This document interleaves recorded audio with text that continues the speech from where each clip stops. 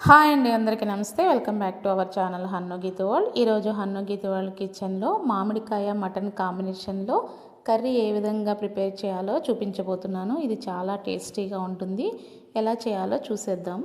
ఇప్పుడు ఈ మామిడికాయ మటన్ కోసం నేను 1/2 కేజీ మటన్ తీసుకుని శుభ్రంగా కడిగి పక్కన పెట్టుకున్నాను. ఈ 1/2 కేజీ మటన్ కోసం నేను ఒక మీడియం సైజు మామిడికాయని తీసుకున్నాను. దీన్ని పునాస మామిడి అంటారు. ఇది అన్ని సీజన్లో మ్యాక్సిమం దొరుకుతుంది. ఇప్పుడు దీన్ని పీల్ తీసుకుని ముక్కలుగా కట్ చేసుకోవాలి.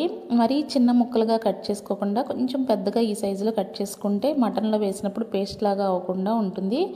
అలాగే 2 మీడియం సైజు ఉల్లిపాయలు, 3 పచ్చిమిర్చి, కొద్దిగా కొత్తిమీరను కూడా కట్ చేసి రెడీగా పెట్టుకుందాము. ఇప్పుడు దీనిలోకి మసాలా రెడీ చేసుకుందాము. 2 ఇంచుల అల్లం ముక్క, ఒక 4 నుంచి 5 వెల్లుల్లి రెబ్బలు, 1/2 టేబుల్ స్పూన్ జీలకర్ర, ఒక 1/2 టేబుల్ స్పూన్ వరకు ధనియాలు, 2 లవంగాలు, అలాగే ఒక చిన్న ఇలాచి, ఒక చిన్న ముక్క దాల్చిన చెక్కను కూడా వేసుకొని దీన్ని ఫైన్ పేస్ట్ లాగా మిక్సీ పట్టుకుందాము. ఇది చూడండి, మొన్న నేను మట్టి పాత్రలను ఎలా సీజనింగ్ చేసుకోవాలని వీడియో తీశాను కదా, ఆ వీడియోలో నేను తీసుకున్న చిన్న మట్టి పాత్ర అనమాట. దీనిలో ఒక 1/2 కేజీ వరకు కర్రీ చేసుకోవడానికి సరిపోతుంది. ఇప్పుడు దాన్ని ఉపయోగించి ఫస్ట్ టైం ఈ మటన్ మామిడికాయని అయితే నేను దీనిలో కుక్ చేస్తున్నాను. ఇప్పుడు మనం ఈ మట్టి పాత్రలో కూరకి సరిపడా ఆయిల్ని వేసుకున్న తర్వాత ఉల్లిపాయ పచ్చిమిర్చి ముక్కలు వేసుకుని బ్రౌన్ కలర్ వచ్చే వరకు వేయించుకోవాలి. ఇలా ఉల్లిపాయలు పచ్చిమిరకాయ ముక్కలు వేగిన తర్వాత మనం ముందుగా మిక్సీ పట్టుకున్న అల్లం వెల్లుల్లి పేస్ట్ని కూడా వేసుకుని అంతా కూడా పచ్చివాసన పోయే వరకు ఒకసారి వేయించుకుని దీనిలో మనం కడిగి పెట్టుకున్న మటన్ కూడా వేసుకోవాలి.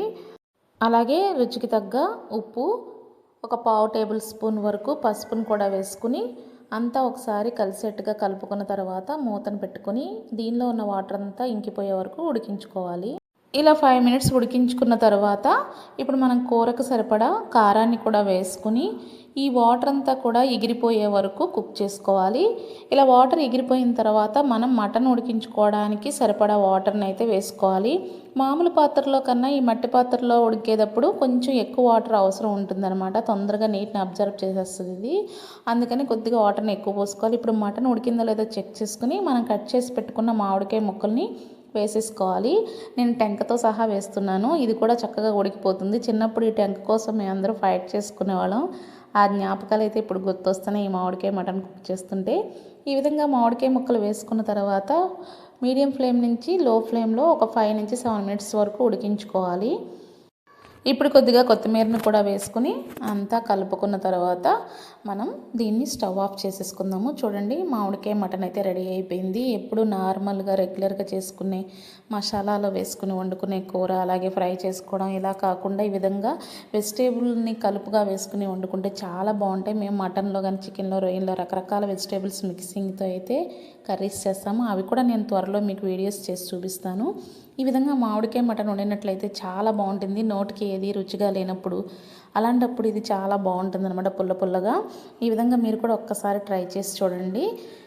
మా వీడియో కనుక మీకు నచ్చినట్లయితే ప్లీజ్ సబ్స్క్రైబ్ చేసుకోండి, లైక్ చేయండి, షేర్ చేయండి. అలాగే బెల్ ఐకాన్ని యాక్టివేట్ చేసుకోండి. లైక్ చేయడం మర్చిపోవద్దు. మీరు చేసే లైక్ వల్ల ఈ వీడియో మరికొంతమందికి రీచ్ అవుతుంది. Thank you for watching. Bye bye.